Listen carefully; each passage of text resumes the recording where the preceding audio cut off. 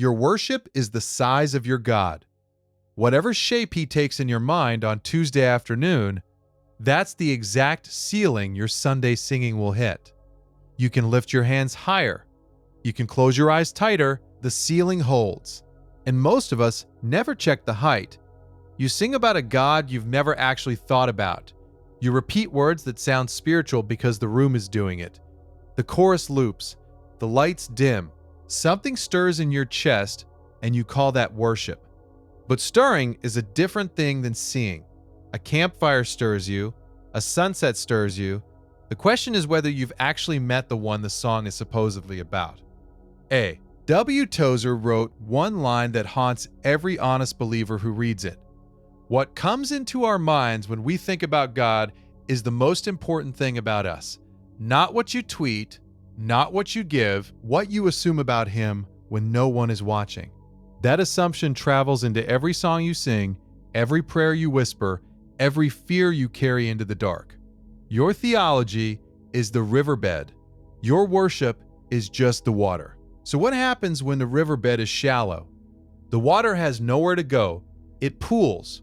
It evaporates. It picks up the same three feelings and runs them in circles until the whole thing tastes like a slogan. You end up singing about a God who exists mainly to make you feel better, a God shaped suspiciously like your own preferences, scaled down to fit inside a 4-chord progression. He's nice. He's near. He's basically a warmer version of you. And you wonder why your faith feels weightless when the diagnosis comes in. That's where the cracks start showing. Look at Isaiah chapter 6, verse 1.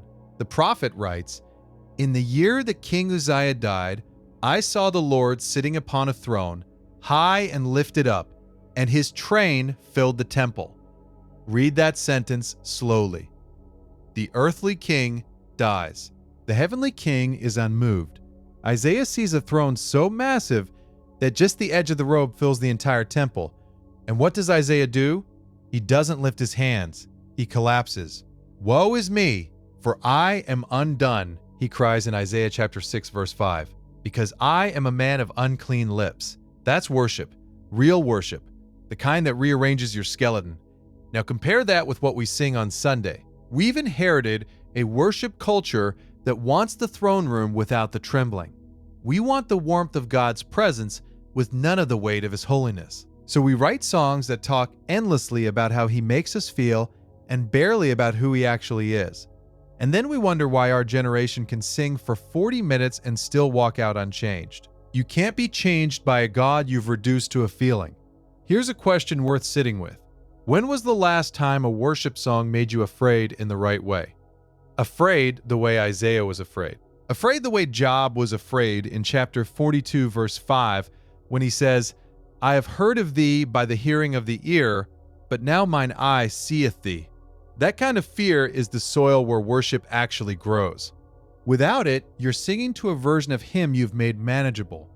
And manageable gods can't save anyone. This is the problem with shallow theology.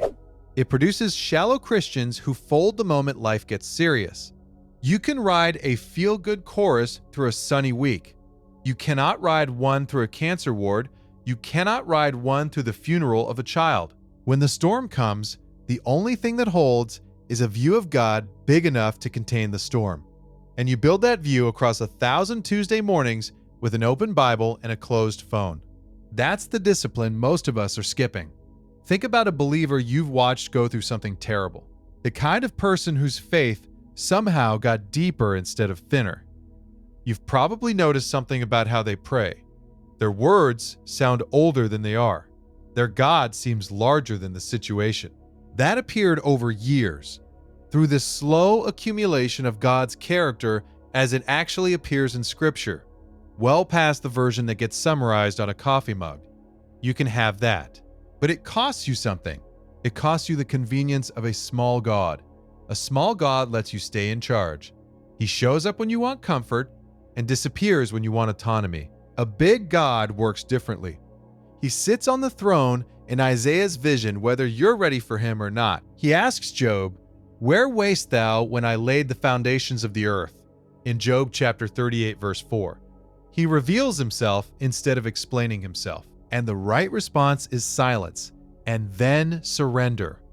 So how do you actually deepen the riverbed? Start with what your worship is currently assuming about God and ask whether Scripture agrees. If every song you love treats God like a soft friend, your bookshelf is missing something. Read the prophets. Read Job from chapter 38 to the end. Read Revelation chapter 4 and chapter 5 and ask yourself why the four living creatures cannot stop saying, "Holy, holy, holy." They've been staring at him for ages and they still haven't gotten over it. Have you? That's the test. Whether he still arrests you on an ordinary Wednesday when nobody's playing music. Someone reading this is going to push back. They'll say, worship is about the heart more than the head. That theology is for seminaries, and ordinary people just need to feel God. And there's a piece of that worth respecting. God is a person to be loved, more than a thesis to be defended. But love that refuses to know its object is closer to projection than affection. You can only love the idea of him you keep in a drawer. And ideas in drawers don't carry anyone through suffering. Real worship is heart and head walking together toward the same throne. The deepest worshipers in church history were also the most relentless students of God.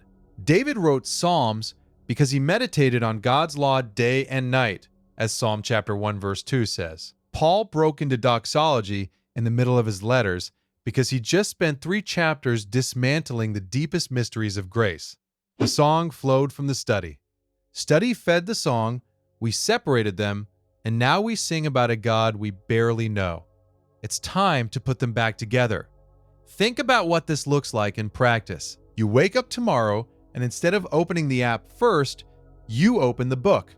10 minutes. Not a verse of the day picked to flatter you. A whole chapter read until something snags. Maybe it's a description of God you'd never noticed. Maybe it's a warning you'd been skipping for years. You sit with the snag, you let it cut. You ask him what it means. That's how the riverbed gets carved. One quiet morning at a time, no audience, no music, no applause. Just you and the God who's been waiting for you to look up from your screen long enough to actually see him. Pick one attribute of God this week and chase it through Scripture. His holiness, his sovereignty, his wrath, his mercy. Skip the comfortable one. Pick the one that intimidates you, because that's the edge of your current view, and that's exactly where it needs to grow. Read every passage you can find. Sit with the discomfort. Let the God of the Bible be bigger than the God of your imagination, even when the bigger version is harder to sing about. Here's what happens when you do. Your songs start to mean something. The words stop being decoration and start being declaration. You sing about his holiness, and you mean it because you've read Leviticus and understood what holiness cost. You sing about his grace, and you weep because you've finally seen what grace was rescuing you from. You sing about his sovereignty, and you breathe, because Romans chapter 8 verses 38 and 39 has become more than a poster on the wall. It's become the floor under your feet. That's worship. The storm can't move. Here's the harder truth nobody wants to say out loud. If your worship has felt thin lately, the problem is probably the size of the God you brought into the room. You carried him inside your own head, and he was smaller than the songs we're trying to reach. So you bounced off the ceiling and called it dryness. The fix is a bigger God. You don't make him bigger, of course. He's been the same size since before time existed. But your view of him can grow.